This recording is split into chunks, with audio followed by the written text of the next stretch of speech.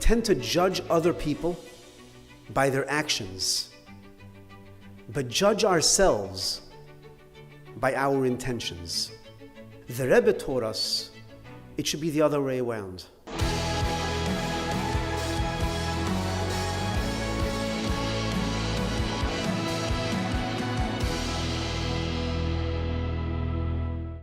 A few weeks ago, someone in my community turns to me and says, "Rabbi,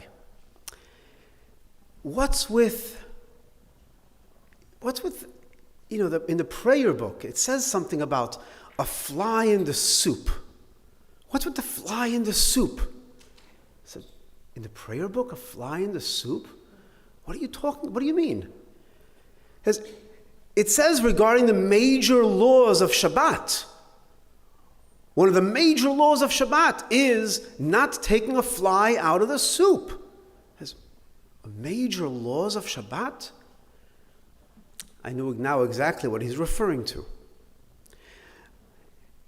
In the Siddur, it's not part of the prayers, but if you turn to the very, very back of the Siddur, in the prayer book, there's a page there which it's translated in English.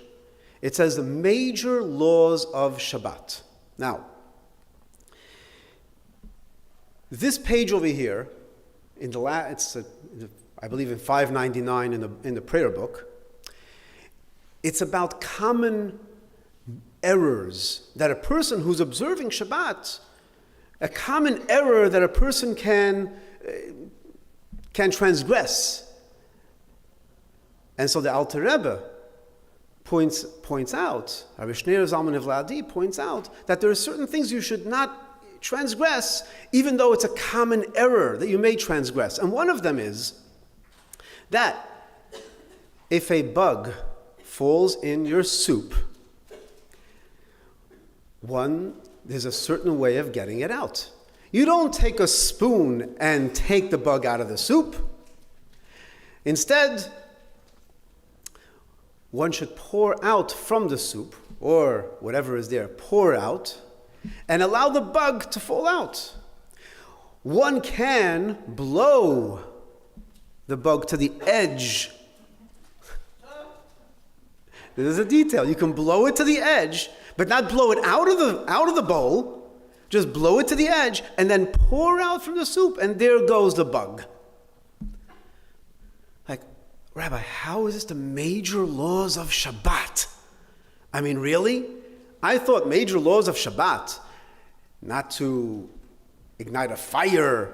Major laws of Shabbat, you should not plant and plow and do these things. But, I mean, really? These are the major laws of Shabbat? How could this be a major violation of Shabbat? So first, let's talk about the technical. The technical is, what is considered work on Shabbat? The Torah says you should not violate Shabbat by doing a malacha. What is a malacha, which is translated as work? What is work? The Talmud explains the juxtaposition where the Torah speaks about the violations of Shabbat, not doing work on Shabbat, is in proximity to where the Torah speaks about building the sanctuary. So the kind of works which were used to construct the sanctuary, those are considered the works, the malacha, which is prohibited to do on Shabbat. So for 6 days of the week, we are to construct the sanctuary, the Mishkan. On the 7th day, we rest from constructing the Mishkan. Or from a different perspective, 6 days a week, we are out there in the world constructing God's sanctuary in the world. On the 7th day, we enter the sanctuary. We are in the sanctuary. We experience the sanctuary. We're not involved in the building. And there are 39 types of works. Among them is igniting fire, among them is plowing, building, constructing, but also among them is preparing, for example, preparing the spices which were for the Mishkan. And among the works, the preparation steps for the spices is selection. You have to select the bad from the good. What is useful, what is wasteful. So the selection process is something which is therefore prohibited on Shabbat because it's part of the construction of the Mishkan and everything that was in the sanctuary. So, that's the technicality. By the way, as a result of this, there's something which adorns our Shabbat table in many, many Jewish homes, which is a direct result of this concept of called selection. In Hebrew, this is called borer. Borer. B-O-R-E-R. Borer. Selection. What is that? This is the birth of the mighty gefilte fish. How did the gefilte fish come as a result of this? Because if you're going to be having fish, you have bones in the fish. And there's a problem. You're going to be selecting the bones from the fish. And that would be a violation of Shabbat. You're selecting the undesired. You're selecting the bad from the good, the undesired from the desired. You can't do that. You have to eat the fish from the bones, not take the bones out of the fish. So one easy solution to have is, I'm going to have a gefilte fish without the bones. The type of fish that is found without bones. But think about it though. The end result is the same. What's the difference if I select a fish from the bones or the bones from the fish? The end result is I'm going to end up with bones on my plate and fish in my stomach. What's the difference? If this God really cares, if I select the bones from the fish or the fish from the bones, I mean, really? This is the kind of technicality of Shabbat that you scratch your head and think about. Wow, what else were the rabbis thinking about?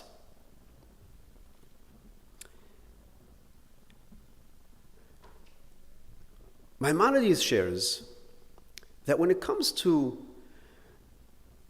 mitzvahs in the Torah which are beyond our rationale, supra-rational mitzvot, chukim, we observe them because this is what God wants us to do. Yet, if we can learn a life lesson from them, we should.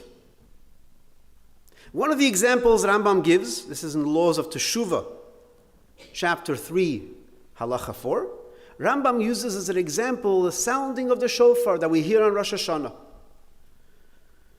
There is no reason given in the Torah to hear the shofar, to sound the shofar. Yet the Rambam says, even though we observe the mitzvah because God asked us to do it, but there's a life lesson. And that life lesson is, it's a wake-up call. Wake up from your slumber. So the same can be said, the Rambam says, find the life lessons. Now, what life lesson can we learn from Borer? What life lesson can we learn from this petty detail of the laws of Shabbat? Well, one practical thing we can walk away from is when someone says, Shabbat is very difficult to keep. It's really difficult. One response could be, tell me, if you have a soup and a fly falls into your soup, have you ever selected the fly out of the soup and continued eating the soup? I would never do that. Wonderful. You're keeping Shabbos. There you go. You're keeping Shabbos. So here's an easy way we can all look at ourselves. Here's a way I'm keeping Shabbos.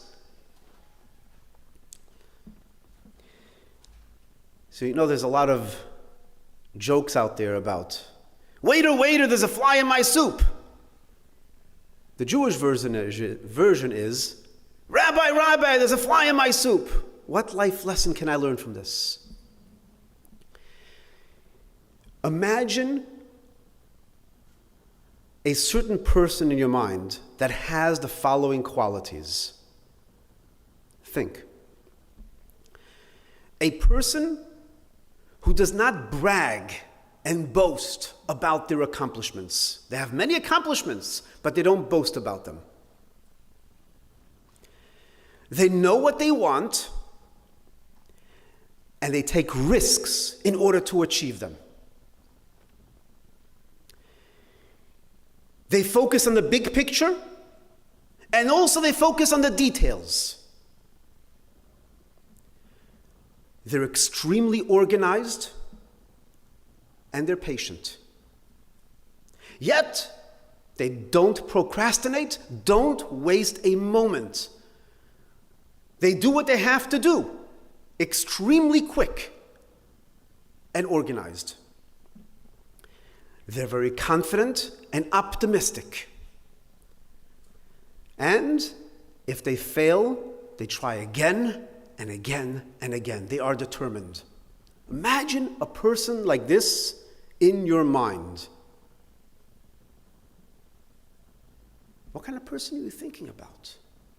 This grand individual who has these qualities.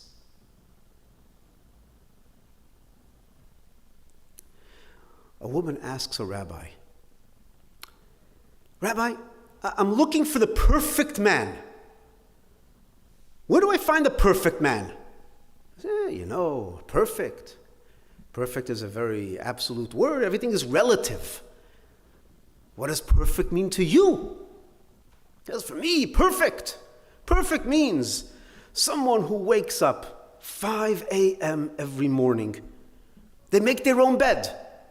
They prepare their own breakfast. He cleans up after himself. He does his own laundry. Exercises daily. He reads daily. Every evening, he's there for supper at the exact time every day for supper. Surfing the internet, only up to 7 minutes a day. He's in bed by 9 p.m., doesn't hang out with his friends, no alcohol. And you know where he is all the time. "Rabbi, can I find such a person? Where do I find such a person?" His rabbi says, "Yes. I know where you can find such a person." He says, "Where?" "In prison."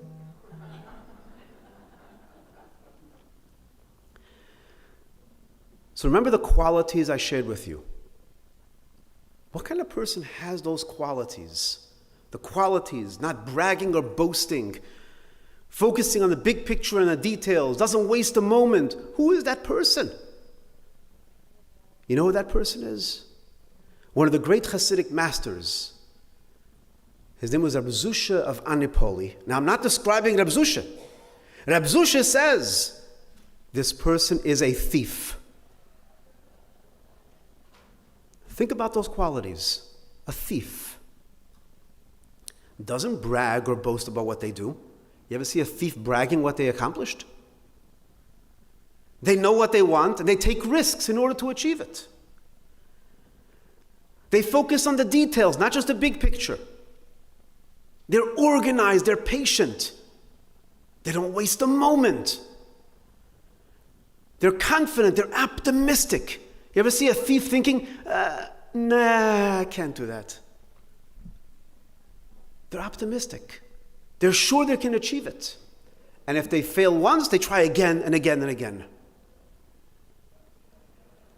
Now here is the question. Reb Zusha, the Hasidic master Reb Zusha of Anipoli, said, these are 7 qualities that I learned from a thief. From observing a thief, I learned 7 qualities on how to serve God, how to serve Hashem. Now, if you would ask the average person, the average religious person, what would you learn from a thief on how to serve God? What kind of answer would you get? You would think you'd get an answer like, what not to do. Look at a thief And what you're not supposed to do is don't steal. That's what you should observe from the thief. Comes along this Hasidic master, Reb Zusha, and he says, I have 7 qualities I can learn from the thief. What led Reb Zusha to learn, to see those qualities in this thief? Because Reb Zusha selected not the negative from the positive. He selected the positive from the negative. That's the key point of what borer is. What is the prohibition of borer on Shabbat? You cannot select the bones from the fish. Take the fish from the bones. Don't take the fly out of the soup. Spill out the soup until the fly comes out. In other words, select what you want from what you don't want. Select the positive from the negative, not the negative from the positive. Even though it may seem the same result. It's the selection process that is key. We are not given bad character traits by God. We are given a palette of character traits. We can then channel them positively or negatively. Reb Zusha looked at the person and selected the amazing positive qualities. Now imagine if this thief knew what they can really accomplish. Now, I know what you may be thinking. But doesn't the Torah tell us to rebuke? If you see someone doing something wrong, rebuke them. Rebuke your fellow. So I know it's nice and positive to select the good, but doesn't the Torah tell us to rebuke?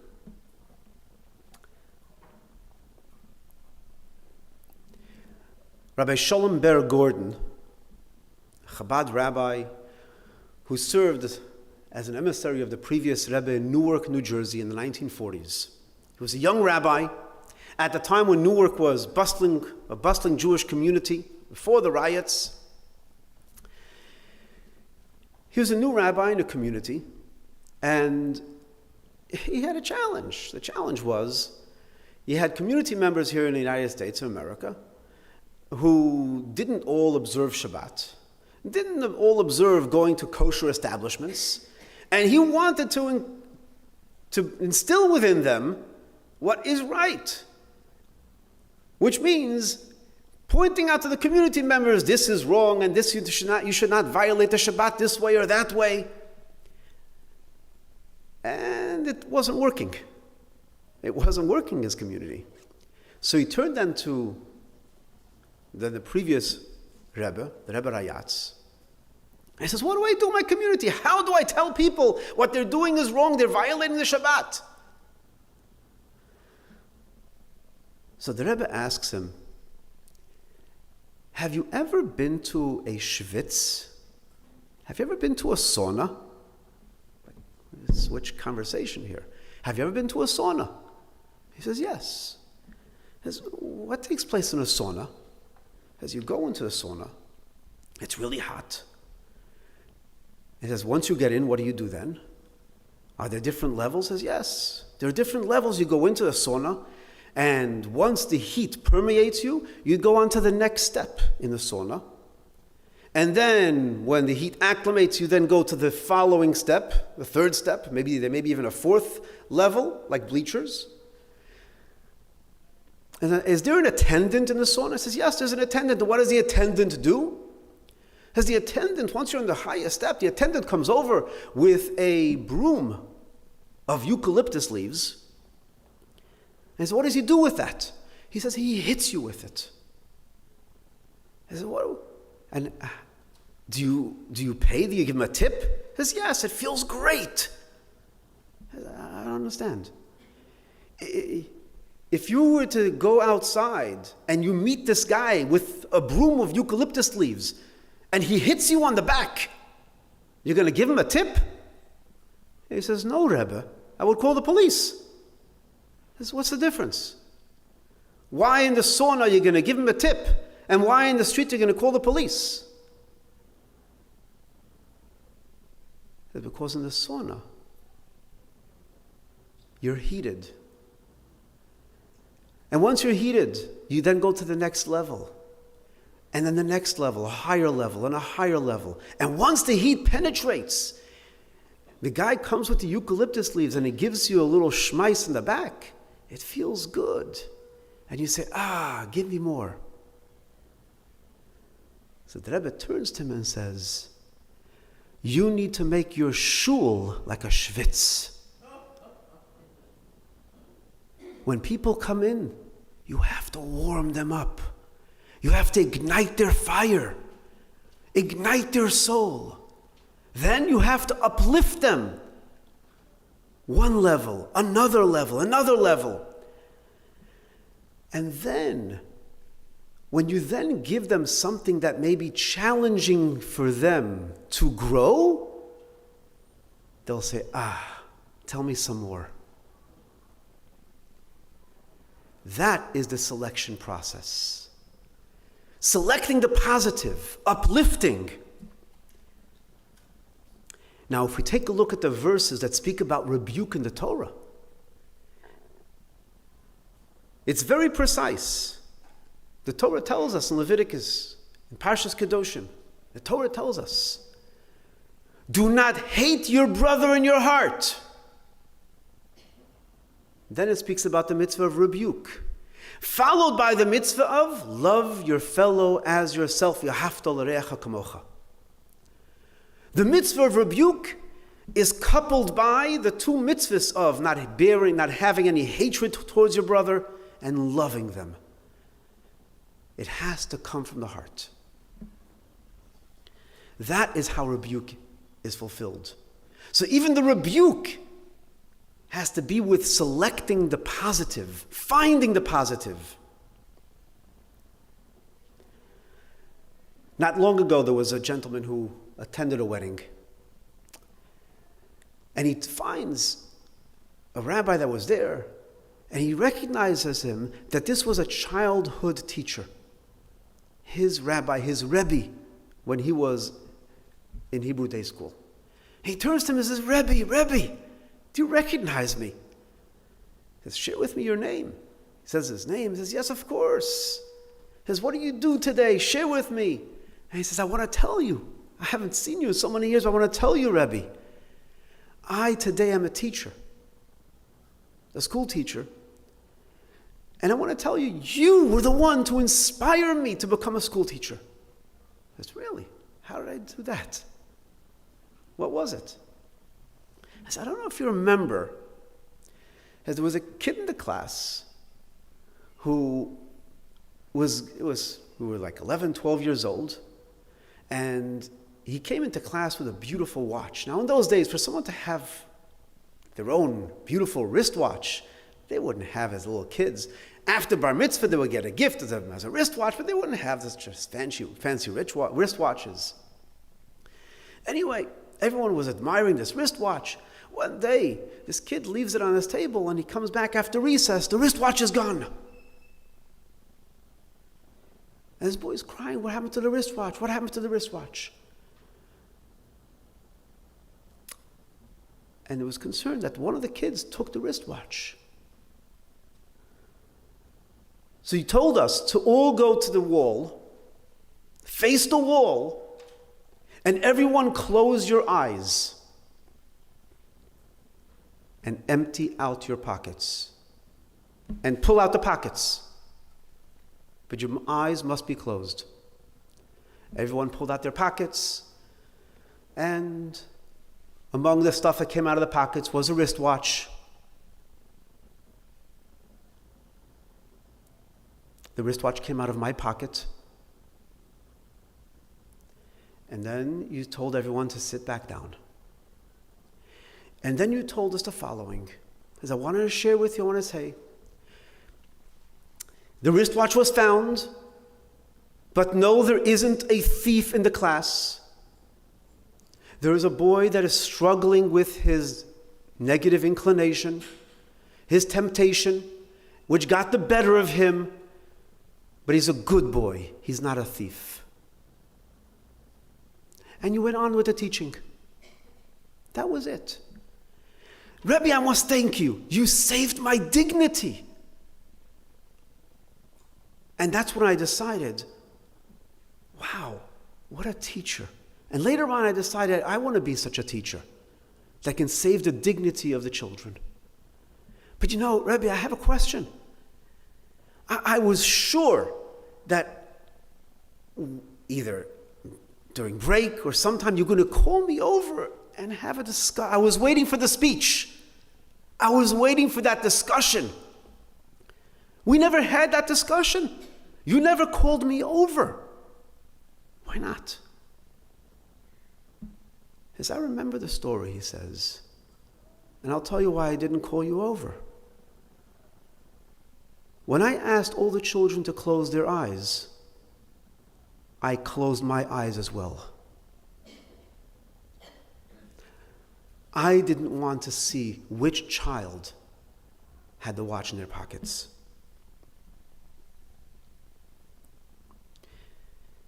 In life, we always select. That's part of life. We're always selecting. However, in a mundane world, we select the bad from the good. You walk into a room, you see beautiful tiles all over the floor, and then you notice one tile is cracked, or one tile is missing. Where's your eye going to go to? Your eye is going to go to the missing tile. That's natural. That's a mundane world.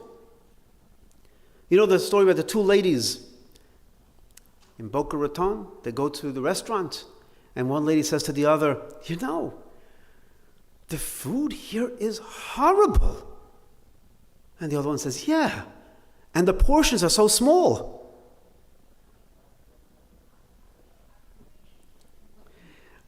A rabbi is performing a funeral and says, you know, this Mr. David Goldberg, he was a wonderful family man. Man sitting in the front says, a family man? He never spent a moment with his family. He was a man who was proud of his Judaism. Same guy gets up. Proud of his Judaism? What do you mean proud of his Judaism? He never stepped foot in shul. Maybe he came to Yizkor on Yom Kippur.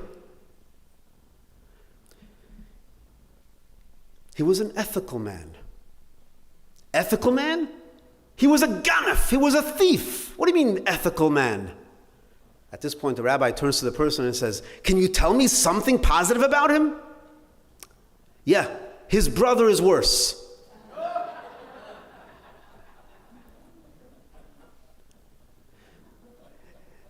You ask someone, hey, how are you? How are you doing? How many times do you hear someone say, I can't complain? Can't complain.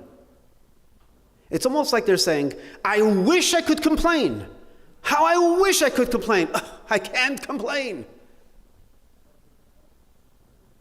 Why can't we say, thank God, good? Instead of selecting the negative, selecting the positive.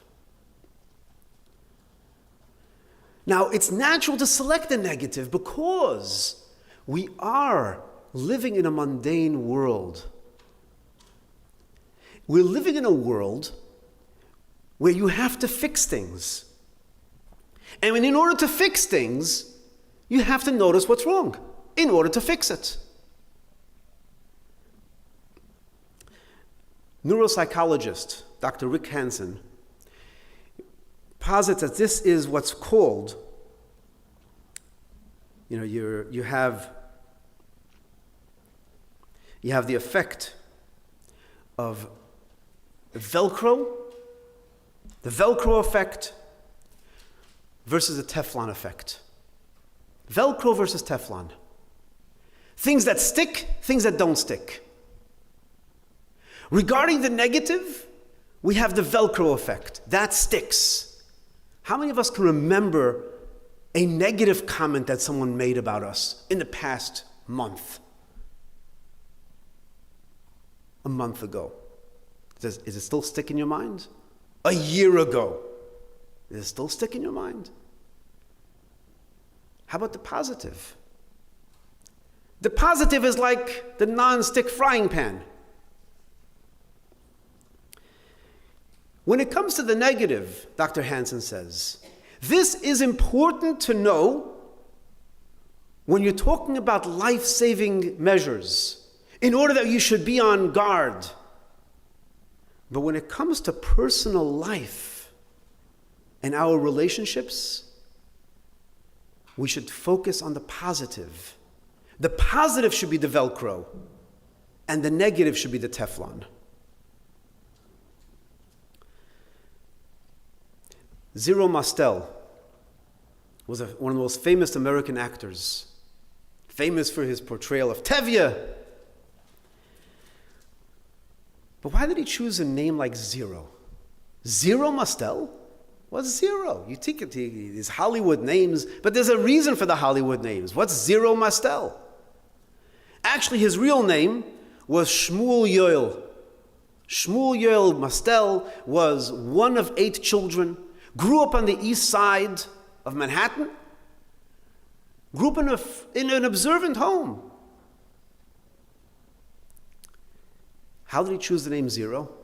He said, I'll tell you why I chose the name Zero. Because my father told me, du bist a gar nicht und du wirst allemal bleiben a gar nicht. Translation, you're a zero and you'll always remain a zero. He was unhappy with me. I'll show him who's a zero. And he became Zero Mostel.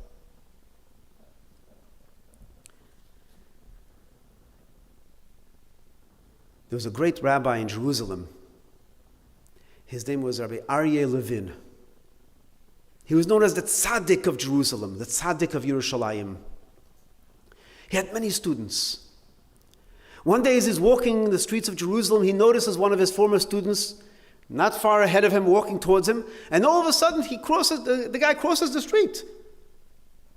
So thinking he probably didn't see him, the rabbi also crosses the street. And now, he has no choice, he confronts him. Hey, he says, Chaim, why did you walk across the street? Did you see me? He says, Rebbe, I'll be honest with you. I'm not wearing a kippah. And I was embarrassed. Rabbi Levin looks at him and says, Chaim, don't you know, can't you see, I'm a short man. All I see is up to your heart.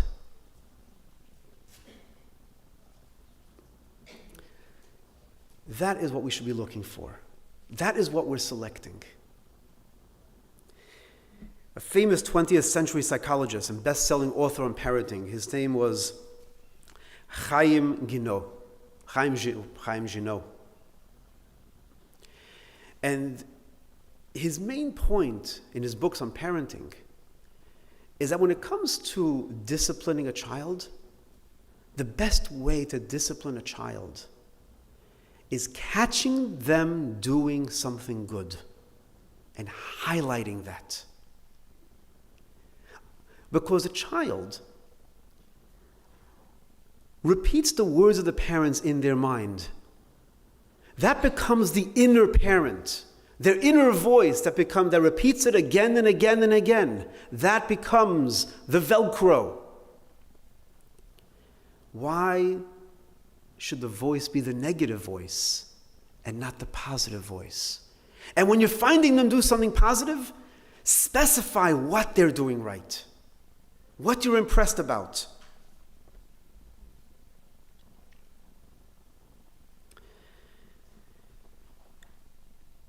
Dr. Viktor Frankl,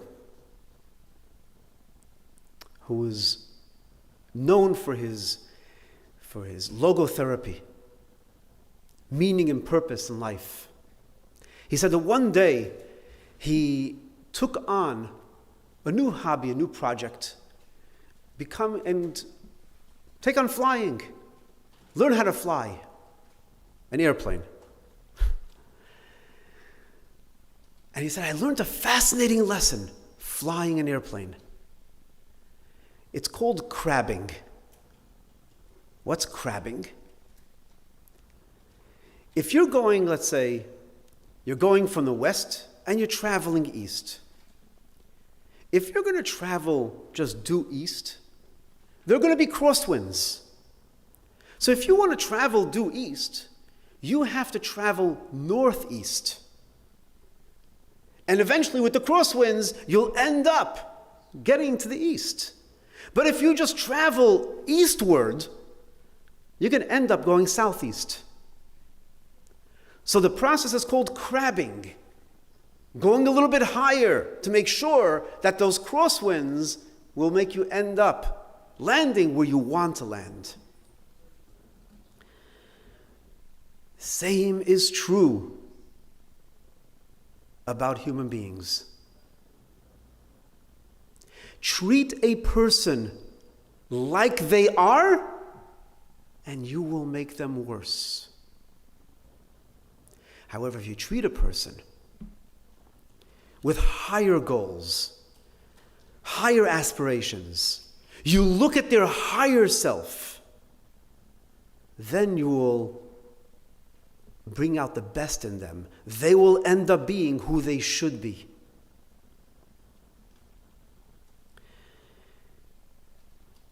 Reb Levi Yitzchok of Berditchev once saw a community member smoking on Shabbos. So he turns to this individual and he says, young man, you probably forgot that today is Shabbos. He says, no, Rebbe. I didn't forget today's Shabbos. You must not be aware, or maybe you forgot that one should not be smoking on Shabbos. He says, no. I didn't forget that you can't smoke on Shabbos. So perhaps you were thinking about something else and you weren't really cognizant of the fact that you're smoking on Shabbos. He says, no, Rebbe. I know that I'm smoking on Shabbos. Rebbe Levi Yitzchok of Berditchev looks towards the heaven and says, Rabbeinu Shel Olam, Master of the universe, look at your people. Even when they transgress, they cannot lie.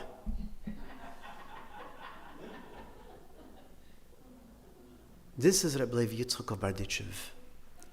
He didn't deny the fact that he was not transgressing the Shabbos, but he selected the positive from the negative. Now, by the Rebbe, after every Yom Tif, there will be a Farbrengen, a Hasidic gathering. And at this Hasidic gathering, there will be at the end of the Farbrengen, at the end of the Hasidic gathering, there will be the blessing after meals on a cup of wine. And then the Rebbe would distribute from this wine to all the participants that are there. And people would then come, since it was after the holiday, people would come from all different areas in order to receive the wine from the Rebbe.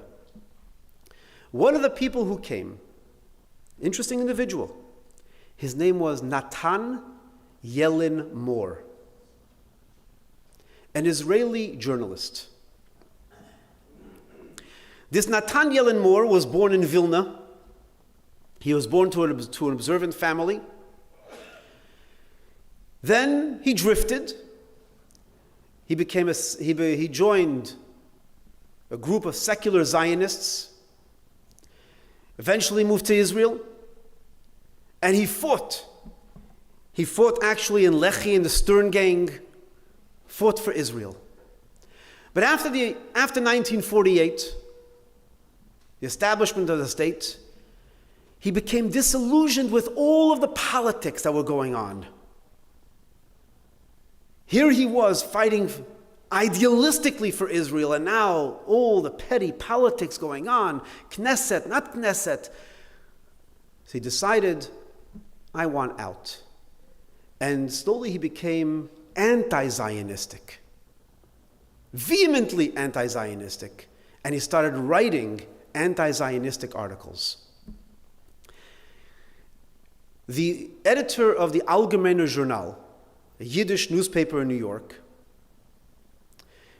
the editor himself was a Chabad Chassid, an observant individual, pro-Israel. Nevertheless, he believed in having pluralistic journalism, and so he included his articles there.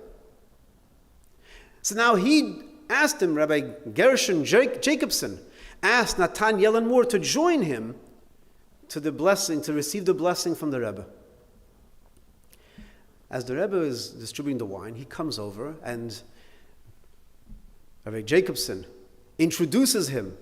This is Natan Yellen Moore. The Rebbe turns to him and says, I read your articles. And the Rebbe continues, when a person is gifted with talents, they should use their talents to inspire others. You should use your talents and be truthful to your talents, to the best of your abilities, and use that to inspire others. So he turns to the Rebbe, does the Rebbe then agree with what I write? The Rebbe responded, one doesn't have to agree with everything one reads. Tell me, then the Rebbe says, what is happening with your Yiddishkeit? What is happening with your Judaism, with your Torah, with your mitzvahs? So he says back to the Rebbe, Ayid tracht, a Jew contemplates. So knowing who the Rebbe is, the Rebbe knows who he's conversing with.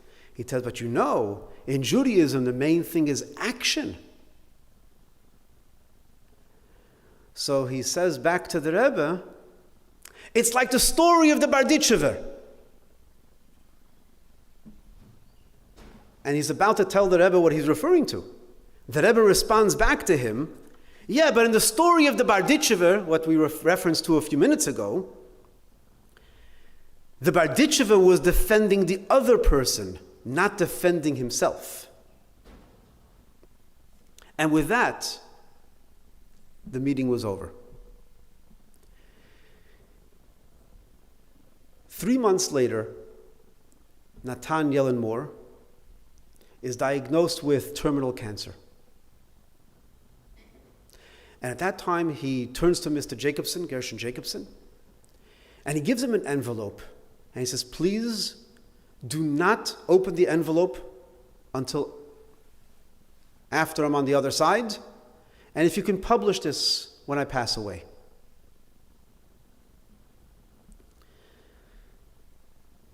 After he passes away, he opens the envelope and it says something as follows. As you read these words, I am at this point standing before the heavenly court. And they're looking through my life, seeing there may not be positive things. I may not be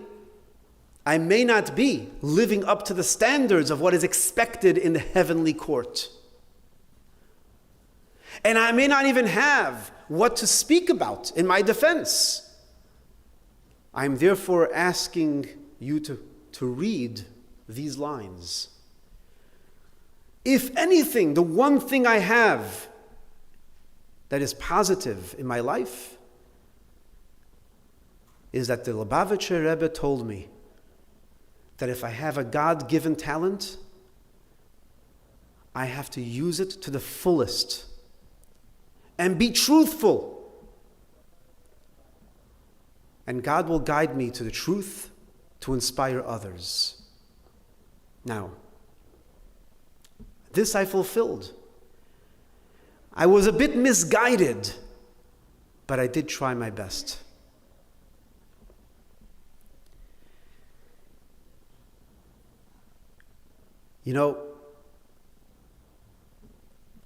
We tend to judge other people by their actions, but judge ourselves by our intentions. The Rebbe taught us,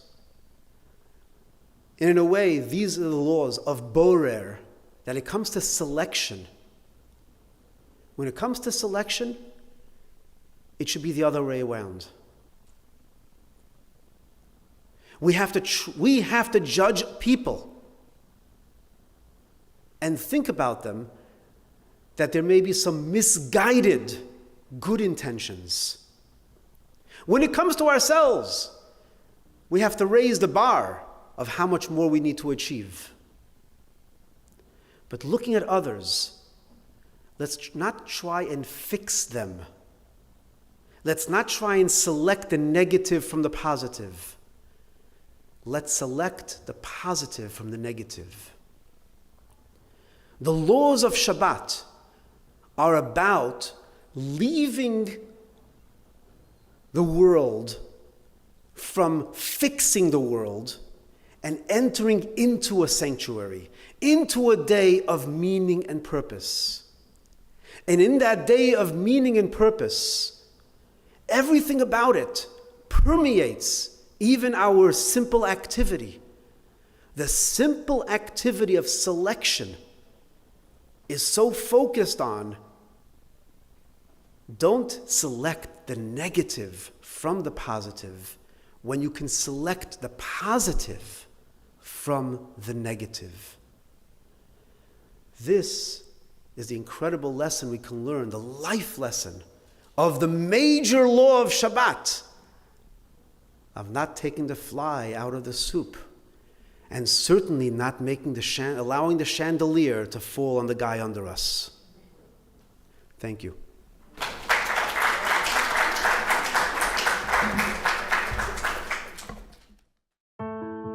Start each day meaningfully. Click subscribe and hit the notification bell below for videos just like this.